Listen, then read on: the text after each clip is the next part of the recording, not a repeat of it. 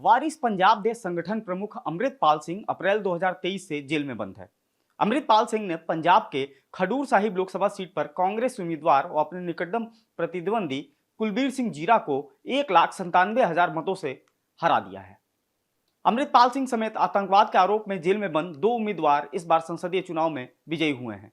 जम्मू कश्मीर की बारामूला सीट पर आतंकवाद के वित्त पोषण के आरोपी शेख अब्दुल राशिद उर्फ इंजीनियर राशिद ने भी इस चुनाव में जीत दर्ज की है। इन दोनों ही जीत से आगामी दिनों में गठित होने वाली 18वीं लोकसभा के लिए असामान्य स्थिति पैदा हो गई है। हालांकि कानून के तहत उन्हें नए सदन की कार्यवाही में भाग लेने की अनुमति नहीं होगी, लेकिन उन्हें संसद सदस्य के रूप में शपथ लेने का संवैधानिक अधिकार है। अब सवाल यह उठता है कि क्या जेल में बंद इन नवनिर्वाचित सांसदों को शपथ लेने की अनुमति दी जाएगी? यदि हां, तो कैसे? या क्या कैद में रहते हुए ही वे सरकार चलाएंगे? आज के इस एक्सप्लेनर में हम इसी पर चर्चा करेंगे। नमस्कार, मेरा नाम है मार्तन सिंह और आप देख रहे हैं डेली लाइन। डिब्रूगढ़ जेल में बंद खालिस्तान समर्थक अमृतपाल सिंह खडूर साहिब से चुनाव जीता, जबकि शेख अब्दुल राशिद ने बारामूला लोकसभा सीट से निर्दलीय रहते हुए ही नेशनल कॉन्फ्रेंस के कद्दावर नेता अमर अब्दुल्ला को हराया।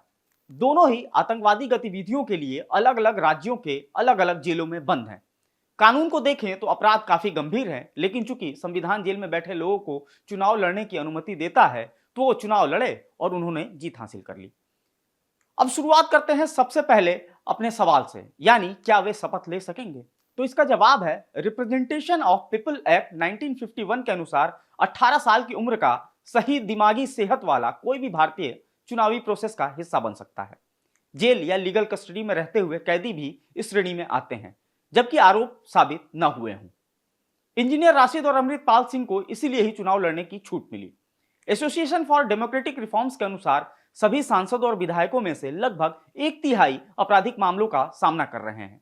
सुप्रीम कोर्ट ने साल 2013 में कहा था कि सांसद और विधायक अगर अपराध में दोषी पाए जाएंगे तो उन्हें तुरंत अपना पद छोड़ना होगा। इस फैसले ने रिप्रेजेंटेशन ऑफ पीपल एक्ट की धारा 84 को एक तरह से रद्द कर दिया, जो कि दोषी सांसदों को अपनी सजा के खिलाफ अपील करने के लिए 3 महीने का समय देती थी। इसका मतलब यह है कि अगर इंजीनियर राशिद या अमृतपाल सिंह को उनके आरोपों के लिए दोषी पाया गया तो वे तत्काल प्रभाव से लोकसभा में अपनी सीट खो देंगे। इससे सबसे बड़ी वजह है कि इनके जुर्म की गंभीरता। राशिद गैर कानूनी गतिविधि रोकथाम अधिनियम यानी यूएपीए के तहत जेल में है। साल 2019 में राष्ट्रीय जांच एजेंसी यानी एनआईए ने टेरर फंडिंग के आरोप में राशिद को गिरफ्तार कर लिया था। देश के इतिहास में वो पहले लीडर थे जिस पर आतंकी गतिविधियों का आरोप लगा। इसी तरह से खालिस्तान सपोर्टर अमृतपाल सिंह राष्ट्रीय सुरक्षा अधिनियम यानी एनएसए के तहत जेल में बंद है। दोनों पर ही देश की सुरक्षा को तोड़ने जैसे गंभीर अपराध हैं, जो साबित हुए तो इनकी मुश्किलें बढ़ सकती हैं। रही बात शपथ की, तो अमृतपाल सिंह और इंजीनियर राशिद को अब संसद सत्र के शपथ ग्रहण समारोह में शामिल होने के लिए अदालत की परमिशन लेनी होगी। अगर किसी व्यक्ति को दोषी नहीं ठहराया गया है तो वो कोर्ट की अनुमति मिलने के बाद चुनाव लड़ सकता है और संसद में भाग ले सकता है। सदन के अंदर जाने के बाद व्यक्ति सदन को संबोधित भी कर सकता है, लेकिन शपथ समारोह या संसद के सत्र में बाहर आने के लिए दोनों बार यानी कि हर बार कोर्ट का दरवाजा उन्हें खटखटाना होगा। जेल में बंद निर्वाचित प्रतिनिधियों को शपथ लेने के लिए अक्सर अस्थायी रूप से जमानत या पैरोल पे रिहाई मिलती रही है। ऐसे कई उदाहरण हैं। साल 2020 में इलाहाबाद हाईकोर्ट ने बसपा नेता अतुल राय को संसद सदस्य की शपथ लेने के लिए पैरोल दी थी। साल 2022 में यूपी में विधानसभा में शपथ ग्रहण के लिए सपा विधायक नाहिद हसन को जमानत पर रिहा किया गया था।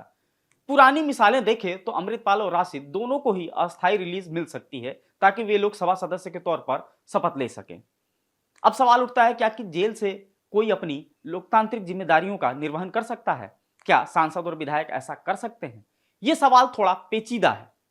वैसे कई तरीके हैं जिनकी मदद से ऑनलाइन बैठकें हो सकती हैं और फैसले लिए जा सकते हैं। जेल में बैठे विधायक या सांसद अपनी पार्टी के सीनियर सदस्यों या लीगल टीम और परिवार के लोगों के जरिए जमीनी समस्याएं सुन और समझ सकते हैं, लेकिन पार्लियामेंट के सेशन में वे हिस्सा नहीं ले सकते। संविधान के अनुच्छेद 101(4) के अनुसार शपथ समारोह के बाद सदन से उनकी अनुपस्थिति के बारे में अध्यक्ष को बताया जाएगा। इसके बाद स्पीकर सदस्यों की अनुपस्थिति पर सदन समिति को सदन में भाग लेने की उनकी असमर्थता के बारे में सूचित करेंगे। समिति सिफारिश करती है कि क्या सांसद को सदन की कार्रवाई में भाग लेने दिया जाए या नहीं लेने दिया जाए। फिर इस सिफारिश को आगे बढ़ाया जाता है, वोटिंग कराई जाती है। इसके अलावा यह दिक्कत भी होगी कि वे जनता से सीधा संवाद नहीं कर सकते। अलग अलग जेलों के अलग अलग मैनुअल होते हैं जो तय करते हैं कि एक कैदी ज्यादा से ज्यादा कितने लोगों से मुलाकात कर सकता है। इसका समय भी तय रहता है। लीडर की जैसी जरूरतें होती है उसमें भी ये एक रोड़ा है। एक मुश्किल ये होगी कि कई मुद्दे संवेदनशील होते हैं जेल में रहते हुए जिनका पालन नहीं किया जा सकता। कुल मिलाकर काफी सारी प्रैक्टिकल दिक्कतें हैं जो इन दोनों के रास्ते में आ सकती है। तो आज के वीडियो में फिलहाल इतना ही। आपको ये जानकारी कैसी लगी ये हमें कमेंट कर जरूर बताएं। साथ ही फॉलो करते रहें हमारे डिजिटल प्लेटफॉर्म डेली लाइन।